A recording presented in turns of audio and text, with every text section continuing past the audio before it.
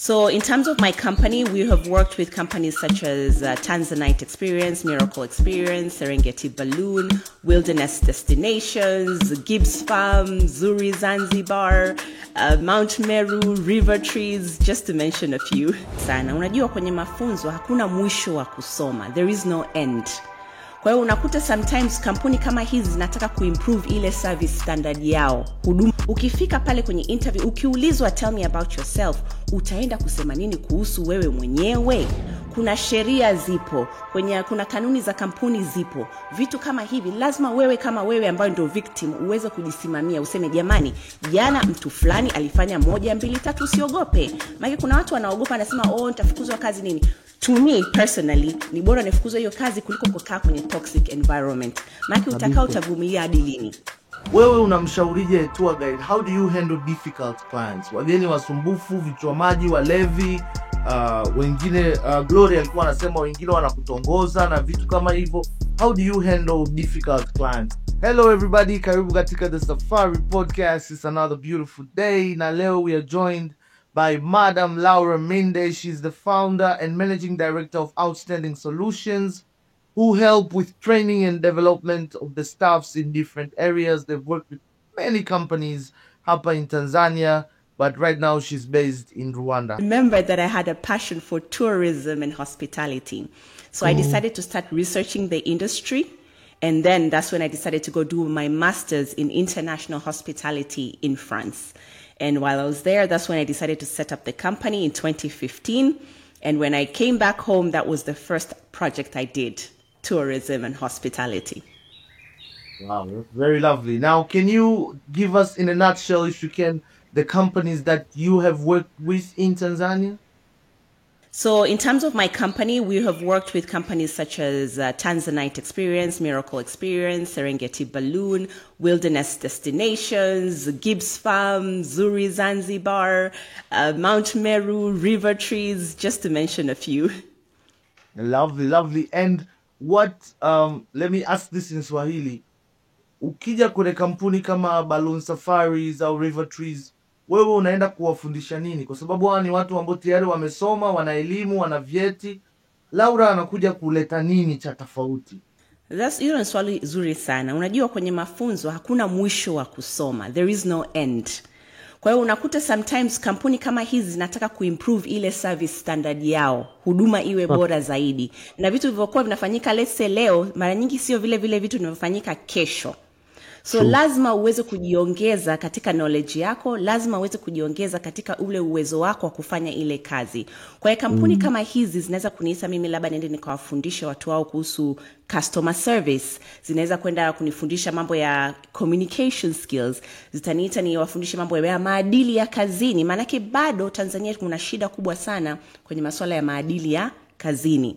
Kwa hiyo kuna vitu vidogo vidogo, kwa mfano hizi soft skills, time management, problem solving, ndio hivi vitu ambavyo naenda kuwafundisha, leadership, emotional intelligence. Na of course pia part of the training ambazo tunazitoaga sisi zinahusiana na mambo sasa yenyewe ya kazi. Kwa mfano training ya housekeepers, training za waiters, training za front office, training za sales team. Kwa hiyo tunafanyaga training za aina mbili, hizo za soft skills na hizo za industry specific trainings.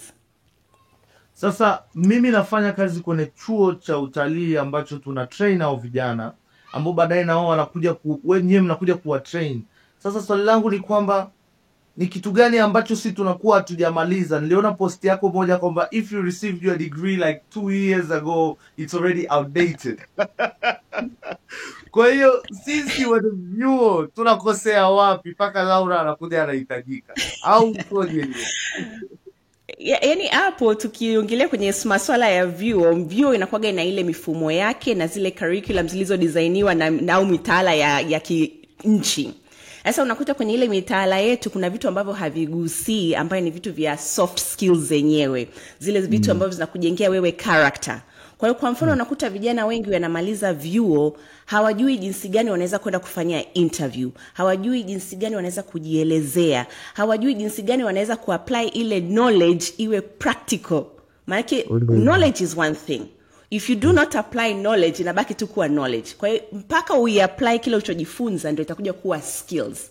Na ile skills mpaka uirudie ndio inakuja kupata ile experience. Kwa hiyo unakuta watu wametoka vyuo ndio wana elimu lakini hawana ile skill set ya kuapply ile knowledge.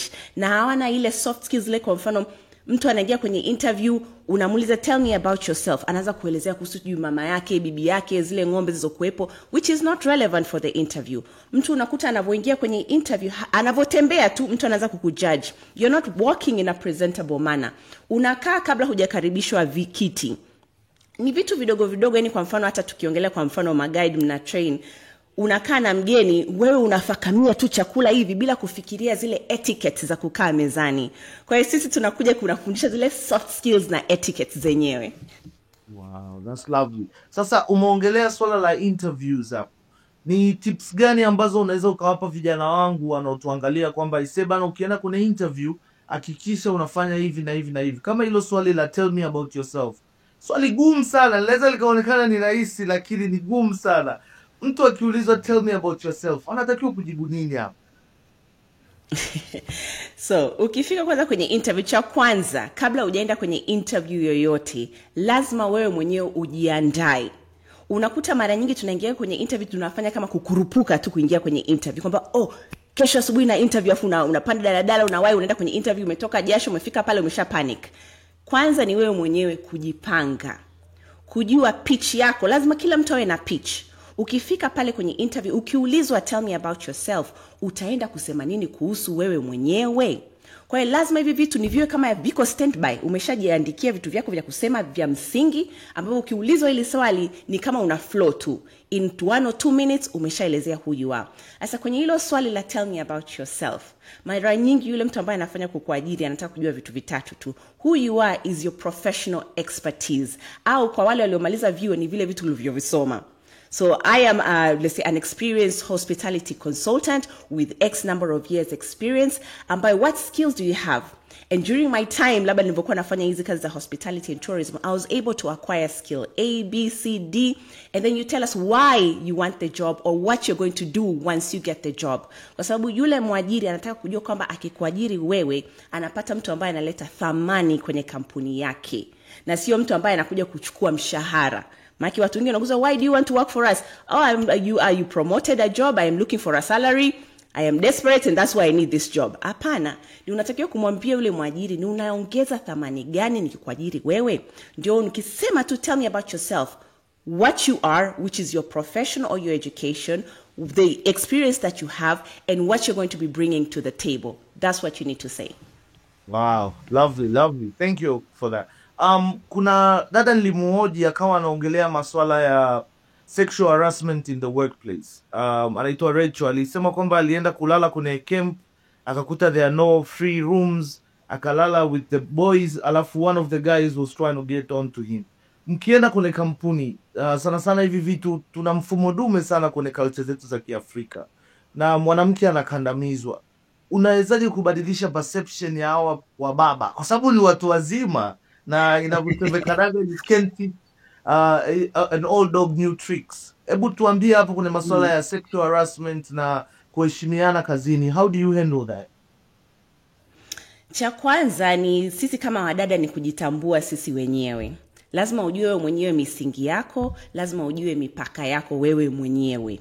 Manake kama wewe mwenyewe huna ile confidence ya kujisimamia wewe mwenyewe, then mtu yote anaweza kuwalk all over you.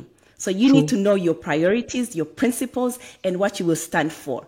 Otherwise, ndo huyo mtu atakuja hapo anajaribu kugusagusa. You have to be clear, my friend. I do not accept this. Na kitu kama hicho kikitokea, pia sisi wenyewe lazima tuweze speak up. Kuna sheria zipo, kuna kanuni za kampuni zipo. Vitu kama hivi, lazima wewe kama wewe ambayo ndio victim uweze kujisimamia. Useme jamani, jana mtu fulani alifanya 1, 2, 3, usiogope. Maana kuna watu wanaogopa anasema nitafukuzwa kazi nini. To me personally, ni bora nifukuzwe hiyo kazi kuliko kukaa kwenye toxic environment. Maana utakaa utavumilia hadi lini?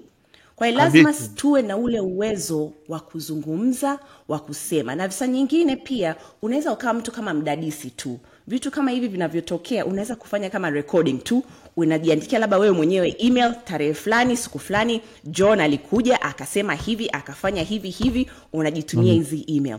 Hizi emails baadaye ndo zinaweza zikawa kama evidence. Unapoenda kuripoti, jamani mimi nilikuwa na collect evidence kipindi fulani, nilikuwa najitumia hizi email, na mtu akiona ninapokuja kuripoti kwako leo hii, utaona email nimejiandikia toka miezi 3 iliyopita. Kwa hiyo nilikuwa na rekodi zile patterns zako. Kwa hiyo siku nikifumua kesi nafumua na evidence, facts, kwamba this is what happened. Wow. That's lovely. That's lovely. Sasa tuongelee masuala mazima ya public speaking. Nilikuwa nafanya training na mama mmoja wa Kimarekani akasema kwamba Watanzania mnaongea polepole sana. Sikusikii. Anasema like, please speak up. I really can't hear you. I'm having a very hard time hearing you. Na hiki kidogo tunaambia wanafunzi huko kwenye cruiser ni 6-seater, 8-seater, watu wako mbali. You have to speak loudly. You have to speak with confidence. What tips do you have for public speaking? Kijana ambaye saizi anataka kuwa tour guide, asimame mbele za watu, lakini anaogopa. Anaona labda watanicheka au itakuwa hivi. Unampa ushauri gani kwenye hiyo sekta hapo ya public speaking?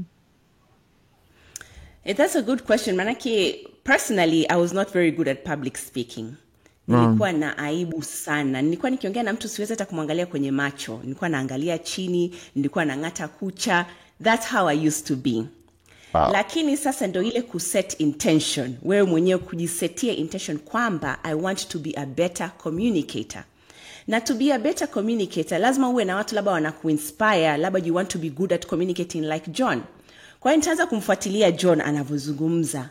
What kind of tricks anazitumia, skills alizonazo, naanza kuzirekodi. Alafu sasa mimi mwenyewe sasa ndio naanza kupractice those skills. Na ya kwanza, kwa mfano unavyoenda kuongea na watu, lazima ujue ni nani unaenda kuongea nao. Maana jinsi kama uwe ni tour guide unavyoongea let's say na couples, ni tofauti utakavyoongea na familia yenye watoto. So you need to know who is your audience and how are you going to be communicating with them. Na pale sasa mwenyewe pia ni kujipanga. Again, mimi nasemaga ni I'm very mtu ambaye anapenda kupush for being proactive, kujipanga. Pale unapokuwa unakuwa unaambiwa kwamba kuna wageni wanafika siku fulani muda fulani. So you know, lazima you have to do a research of your customers, know them very well. And when you know them, you have to find out what their interests are. Once you know what their interests are, unaweza kujipangia hata wewe mwenyewe vile vitu, zile experiences ambazo unataka kuwapa. Na hata unaweza kujipangia wewe mwenyewe vile vitu ambavyo utataka kuongea. Kwa hiyo inapofika kwenye public speaking, know your audience is very important. Wewe mwenyewe pia ni kupractice as much as you can. Ukipata fursa ya kusimama mbele za watu, simama. Na nakumbuka mimi ndo nilivyoanzia huko. Nilipata fursa ya kusimama mbele za watu. I had never spoken in public before. Na hii ilikuwa ni fursa ya kusimama na kuongea mbele ya watu 800. Lakini sio walikuwa watu wazima, walikuwa ni watoto, lakini watoto 800. Na nilipofika pale nilikuwa sijajipanga. Mimi nilisema tu ni fursa nimepata, niongee, niko yes, that's my chance. Nikaenda, nimejipanga mwenyewe kuongea in English.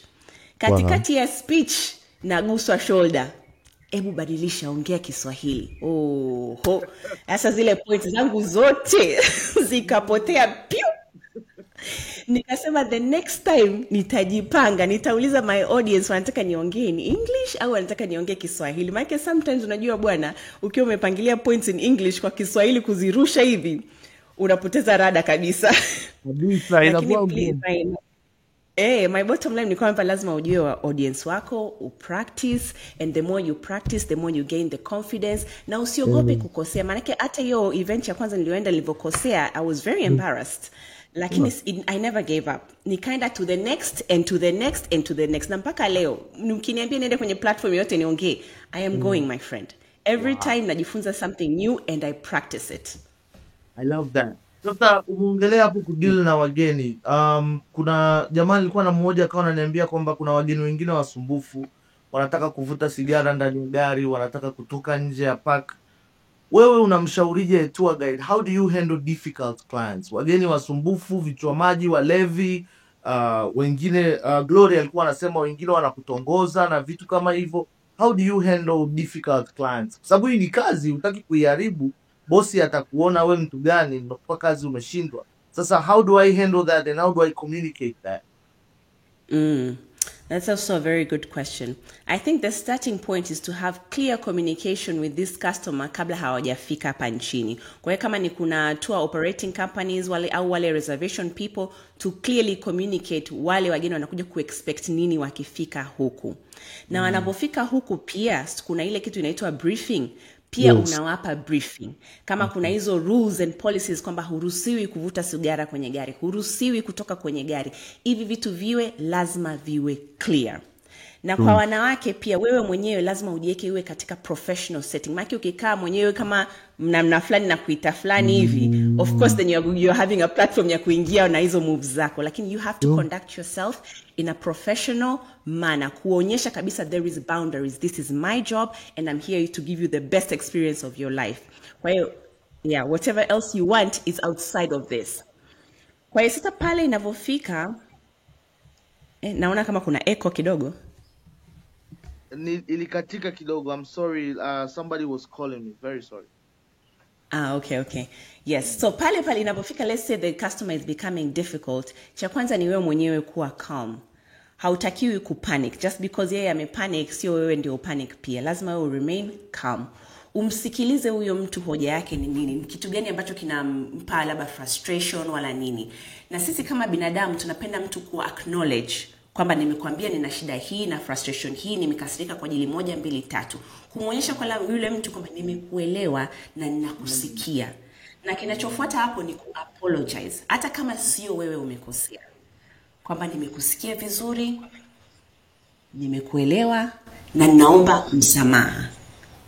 Baada ya hapo sasa, so cha kwanza unajua huwezi kumlazimisha mtu kubadilika tabia. Ni lazima mtu awe tayari kubadilika tabia. Kwa unaweza kumpa mtu elimu lakini huwezi kumbadilisha mtu tabia. Hicho ni cha kwanza. Sasa sisi kama kwa mfano sisi wenye makampuni unasema kwamba uko katika proactive kwenye sustainable development and you not throwing plastic na nini. Wewe lazima uwe kama kiongozi wewe mwenyewe. Kwa hiyo ina maana lazima uwe conscious pale unapokuwa nataka wewe utazipeleka wapi kama wewe. Maana watu wengine wanakuangalia na mimi kama kiongozi nikionekana kwamba ndio natupa taka huko nje tu, nani guide wangu atafanyaje kama mimi mwenyewe natupa hizo taka nje? Kwa hiyo lazima sisi viongozi tuongoze kwa mifano. Kwamba tuwe tunaweka labda kuna dustbin kwenye gari, tunaweza kutupa takataka